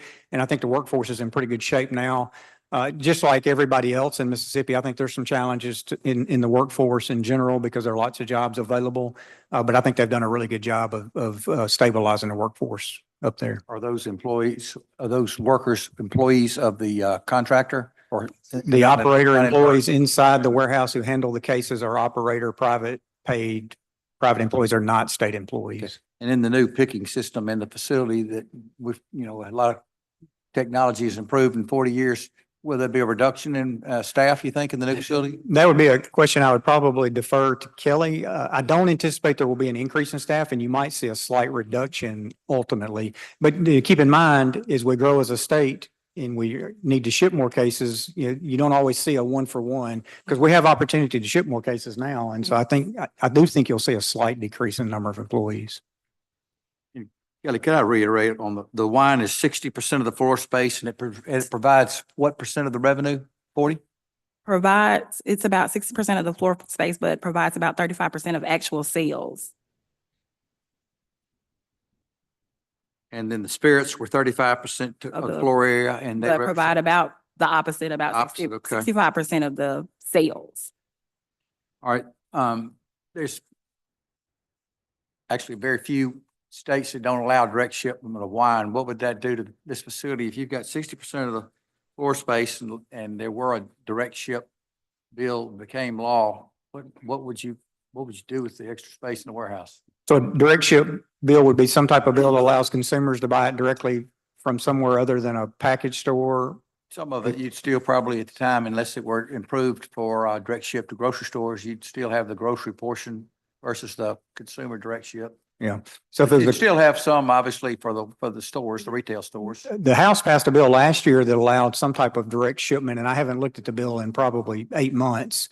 That bill, I don't think would have had a substantial impact at all on the warehouse because I think it really only allowed direct shipped on items that aren't held in stock at the warehouse. And so it was the harder to get items that it was anticipating, I think, to go after. I don't think that would impact the warehouse much at all. It might affect some of your permittees because presumably if they're purchasing off the internet, maybe they're not going to a package store and purchasing that. But from the warehouse perspective, I don't think it would have a substantial impact on a warehouse, space-wise or sales-wise. If you decided to have wine in grocery stores, I think with the new warehouse, the Department of Revenue will have a warehouse that can supply those grocery stores. And so I don't know that you need a separate shipping model if you do wine in grocery stores. That would increase, of course, I think a little bit the amount of space that we need, but we're building a warehouse to be able to absorb that increase of stock. So it doesn't really concern me if you all decide to allow wine in grocery stores, although I think we have a lot of package stores who've built their business model around the fact that when you buy wine, you go to their package store and not to the grocery store to buy wine. And so I do think it will impact your permittees. Okay, it's the new site north of Canton. Yeah, I think it's actually in the city limits of Canton, and it's just, I would say it's on the south side of Canton. North of Highway 22? It's south of Highway 22. The new AWS facility? Yeah, it's just, I would say it's just east of the current AWS facility that's out there. Is that Nissan Parkway or? I forget the name of the road, but it's just south of 22 and it's actually west of 55 as well. It's got good access, very good road access. The operator was pleased with that location because it allows them to continue to utilize their current workforce as opposed to moving it, 30 or 40 miles in a different direction, which would have given them some challenges, I think. That wasn't the only reason we chose that location, but it definitely helped our feelings that they were in favor of that location as well. Chairman? Thank you, Mr. Chairman.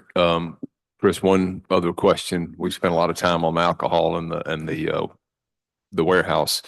But when the new system gets in, don't you think it's possible or likely that you could be able to place the orders and that's all computerized and the system pulls it down and gets it on the truck out quickly, like almost within a couple hours, maybe?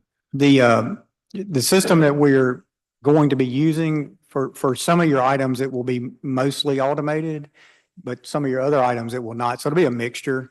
Why wouldn't it be automated for all of the items? You could do that, but the cost goes way up. And so we spent a lot of time working with the consultant to kind of get us an idea of what the most efficient use of our resources would be. And we came up with I think a really good plan for which items would be mostly automated. They're not all automated, but mostly automated versus the ones that will require more manual labor. And it boils down to, there's some items that the volume is low enough that it makes more sense to do it one way versus the other way. And so we spent a lot of time. You looked at cost efficiencies and what it would cost if you did the system that would do everything. It's going to cost you a lot more than the benefit of hiring an employee or two to handle the distribution of the small items. I want to call it small sale items. Okay. Yes, sir. And we feel comfortable with where we ended up on that. And we didn't just sit in a room by ourselves. We did have a consultant at DFA hired that worked through that process with us. It's an expert in handling. Yeah, but for most items, this should be a lot quicker to get it out, get the order in and get it out once the system's set up in the new warehouse. Yes, sir. Okay, moving on to other topics. As it relates to just overall income, obviously last month was not a good month for the state. Corporate income tax took a big hit. Can you attribute that to anything in particular? We've looked at that, we're still pretty fresh off the end of the month. And so it's hard to take a month's worth of data or even 2 or 3 months worth of data and make any broad sweeping conclusions. And I do think we'll need more time to do a little deeper analysis. It looks like to me, I mean this sincerely, that the tax due on a lot of the corporate income tax returns was lower than it was last year. And if you'll recall, and I'm going to use some numbers. I may be off just a little bit. In 2020, our corporate number was probably $550 million that we brought into the state. I may be off what year that was, but I think it's 2020. And 2 fiscal years ago, it hit $1 billion. And so if you look at the growth from 550 million all the way up to $1 billion, that's a tremendous amount of growth. So the anomaly may have been the growth from 500 to $1 billion, and we just come back to some number that's probably more realistic as to what the corporate income is. Possibly, but I think we'll need a little more data to really make that conclusion. Y'all passed a couple of bills that I think might have affected the numbers just a little bit. Y'all passed a bill that allowed, I always call it bonus depreciation or accelerated depreciation. It allows you to buy certain things and immediately depreciate the entire cost of that instead of putting it out over several years, maybe the useful life of the equipment. And so if I go buy $100,000 piece of equipment, instead of putting it out over 5 or 10 or 15 years, whatever the law say, I can take that expense in the first year and we maybe send that, and that may be more of a bump. And then it kind of adjusts itself going forward because you're not expecting, every year you're going to make huge capital expense investments, but that could be part of it. And there are a couple other small bills that might have a little bit of a part of it, but I don't think explains all of the difference. And so would some of it, you think, be ARPA funds and things like that maybe corporations had more projects to handle during a period of time that could be slowing a bit? Could be some. And then I always go back to, we know there's been wage inflation in the state. And so as you see wage inflation, that's a business expense for corporations. And so if I made $100 million one year and my expenses were half that, and then my expenses go up a little bit and I still make the same $100 million, my taxable income is going to go down a little. So you could see some wage inflation playing just a little piece of the corporate number being down. And my guess is it's a mixture of all of those things, including the tremendous growth that we had since 2020, that things have just kind of not necessarily slowed down, but things maybe not out of the normal like they've been for the last couple of years. Yeah. And would it also, I look at this every month, but the number that's been pretty good for us has been our interest income. Individual and sales have hit a little higher low. We had a couple good months and we had one bad month, and then last month was not a great month. So I did totally understand what you're saying. It's too early to talk about any trends, or any kind of forecasting on what that may mean. But I am looking at, obviously there's some proposals on the table about where we are on our state's revenue and how that affects our tax policy too. And I just want to get as much information as I can from you as we move down the stretch here this session on any kind of things we'll see in revenue that may be help us be enlightened on how we plan our tax policies. Yes, sir. And we'll be available to try to provide you some of that information. Okay, thank you. Thank you, Mr. Chairman.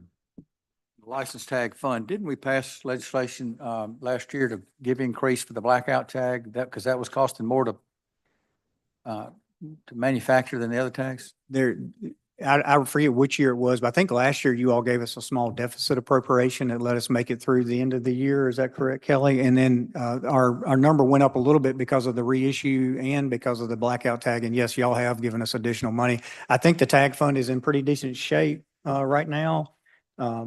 Is that one of the big- You requested an extra 6 million? Yes, What is the basis for that? for the tag fund. For the additional 6 million, yes. For the current budget request. Yes. We requested 6.4. We requested 6.4 and the legislative budget recommendation was 6 million. And so we requested 6.4 million. So It's all 400,000. about 400,000, right? So, and we would like that, we have a lot of special tags that get mailed out. People in Mississippi love their special tags. And so those, you don't pick up the county courthouse, those have to be mailed out. And as you're probably aware, postage costs have continued to increase. The post office, has been raising rates at least once a year, sometimes twice a year. And so we need additional, those additional funds restored to cover the cost of postage. Then also our contract with the manufacturer has a clause in it where they're able to adjust the price if the price of aluminum goes up.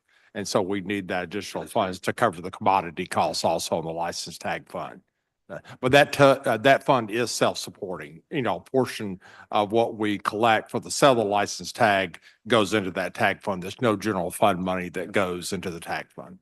Y'all have a bit of a blip in your system. I went to buy a specialty tag last month and it appeared on your website and Madison County said that tag was not in production because they had not sold the required amount. Is there some way you could notify that on your website? Because they said we can't sell that tag yet they hadn't sold the minimum.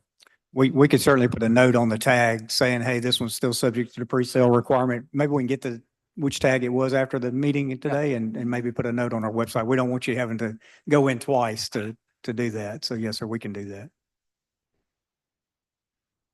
When you pre-sale, I know some of them differ. There've been as few as 100 and now is it 250? It's about the standard. We generally would request, it's whatever y'all write in the law, but y'all have put 300 in 300. quite often and 300, I would think. The entity sells those and sends you one check for the 300 and the name and the county. Yes, sir. That's the way we handle the pre-sales. The entity handles signing folks up who First want the time. tag and they take the extra payment that was required and then they submit that to us once they meet the pre-sale requirement. And I know folks push y'all sometimes to lower that. Of course, that's y'all's prerogative. If you want it to be 10 tags or 200 tags, 300 is an okay number. It really, I don't know that it's worth the state's time and the organizations don't receive a whole lot of money if it's just 300 tags. And so I don't know that other than maybe advertising on the tags that they're able to sell, it's just not worth it if you're going to lower it very much more than that. What year is the next redesign of the tag? That usually is I think we probably got 4 years cost? left. Yes, sir. And of course, with the blackout standard tag, unless y'all change the law, it will continue to be a standard tag even in 4 years. Anything else specific, maybe on your number crunching you'd like to go over with us? If it's okay with the committee and we have the time, Frank would like to address just a couple of things. Yes, please. Okay. Thank you. Thank you, Mr. Chairman, members of the committee. There are a couple of things I'd just like to go over very quickly. Our general fund request for FY 26 is basically flat compared to our FY 25 general fund request. We're only asking for a couple $100,000 more. Our special funds request is about $1 million more, and we are asking for an additional 1.7 in capital expense funding above what we had in 2025. Just three areas I want to touch on real quick where we would like to see our budget requests restored from the LBR amount, and that's salaries, contractual services, and capital outlay. Salaries, we continue to work very, very hard to recruit qualified individuals to join the agency. We started this year with 548 filled positions. We're at 557 right now, and our goal is to be at 583 by June 30th of 25. We want to have those salary dollars available. We're, especially working on recruiting developers for our IT department and auditors. We are a very technology intensive agency with our Mars tax system and our Marvin tax system. And that system, there, changes that have to be made to that system constantly. The law changes in different cities, pass the state or local tax. We have the tags that get changed, special tags. And so those systems require a lot of work as far as, changes, and we need, qualified developers, and qualified developers are hard to come by. And so we're competing with private industry. And so we want to have those salary dollars available to help recruit developers for our IT department. And then also, for auditors in our income tax area and also our sales and use tax area also. On the contractual service side, we of course have the operator, the third party warehouse, and we need funding to continue to be able to pay them. And also, we are requesting some money in contractual services to acquire a enterprise resource planning system in 2026. This would be something like Workday. If you're familiar with Workday, and there are several other products out there also, but that's just one that's fairly well known. We need something that from a HR standpoint will help us. It's our understanding that Employee Central, which is kind of the piece that goes between SPB and SPARS, is going to be going away. And so we need something that's going to be that middle piece in the software for us to help us manage our employees. Also, it will allow us to automate some of our processes and where we have less labor involved, just like things like leave, personal leave and medical leave. Right now, we're still doing all that by hand. Someone fills out a leave request, it goes to the supervisor, and then leave reports have to be done manually, handed in, that has to be input into SPARS. We'd like to automate that process. Also, with the amount of money that we bring in, we're, bringing in almost $11 billion. We have a lot of cash to keep up with, and so we use a lot of Excel spreadsheets to generate reports, analyze the numbers, keep up with the numbers. And so we would like something like Workday that would allow us to have one umbrella to help us pull all our numbers together and allow us some time to really spend more time analyzing the numbers rather than just, keeping up with the numbers and recording them. And it would also, reduce the chance of human error if we have a system that can automate some of those reports for us. And it would help us to be able to get reports out quicker also. And on the capital outlay for equipment, that is related to our high-speed scanners that we have. Even though, the vast majority of our returns that come in are filed electronically, we still do have paper income tax returns and sales tax returns that come in. And also, of course, we have car titles that come in on paper.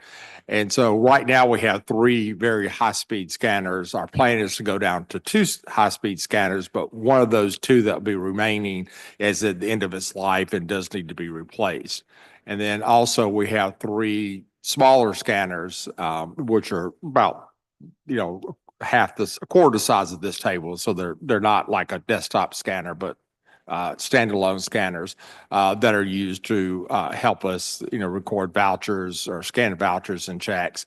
And those have got to be replaced because they're operating on Windows 10, and Windows 10 will not be supported after October of 2025. And so, we are are implementing an e-lien system for titles, and that's part of that's already been implemented with the e-lien process being automated in our Marvin system. And so we do anticipate that over a period of time, we'll have less titles that have to be scanned. And that's why we're, planning on going from 3 high-speed scanners down to 2. But those, machines do have to be replaced periodically. Okay. And I'll be glad to answer any questions you might have.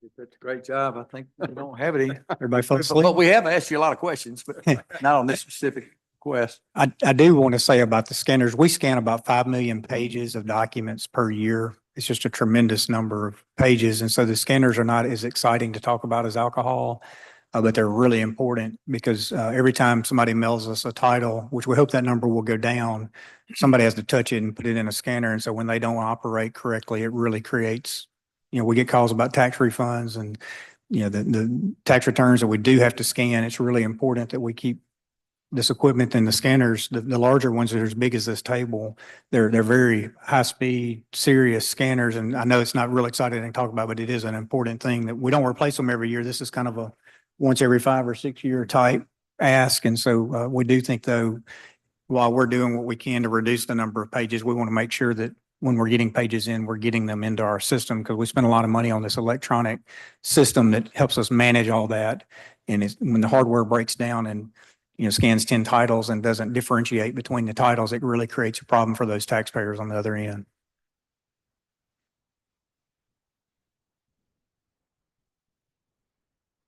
Last chance, committee. Mr. Chairman. Thank Thank you, you, Mr. Chairman. One other question is going back to license tags. Yes, sir.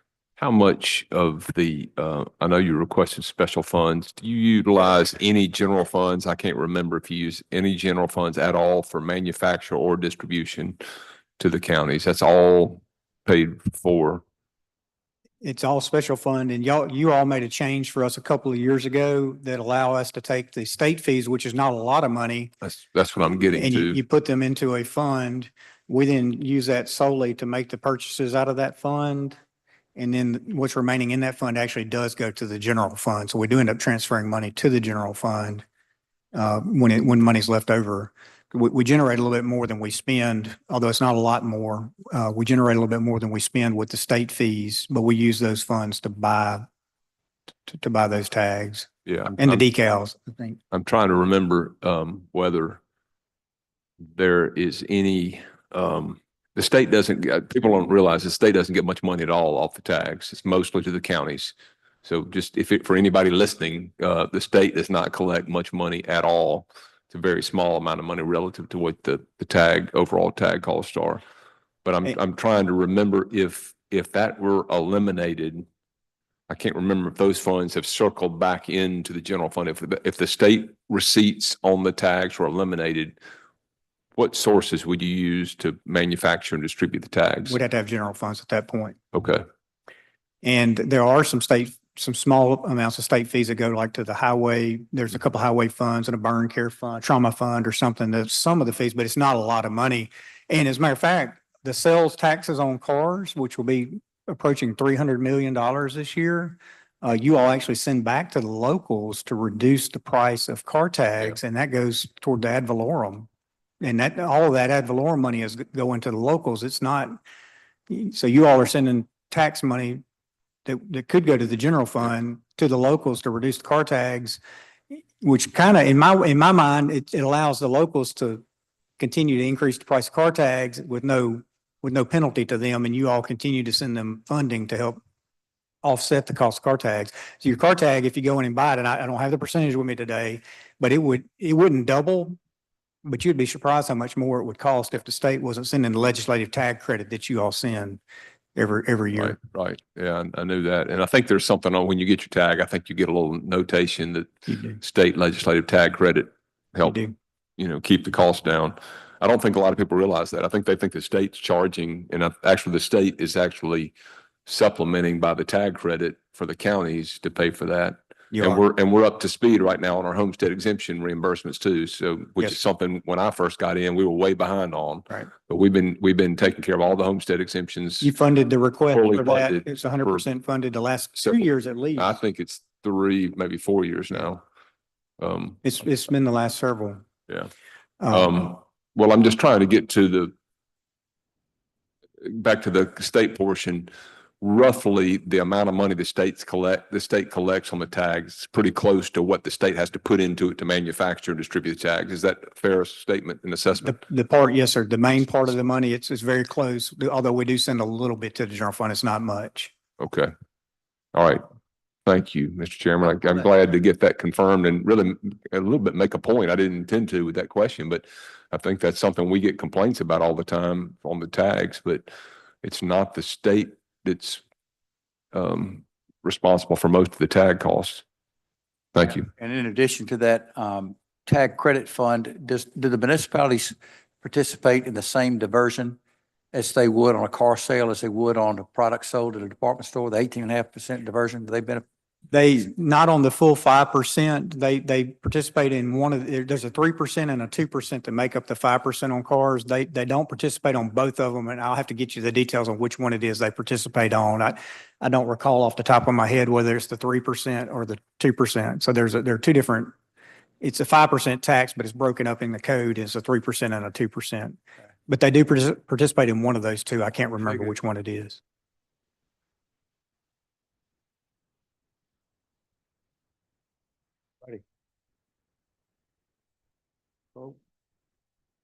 We sure appreciate the great knowledge. Y'all are so knowledgeable, and we appreciate the wonderful job you do keeping the state running. Thank you for your And time. Thank you for being with us today and answering all our questions. Thank you. Appreciate you. Thank you.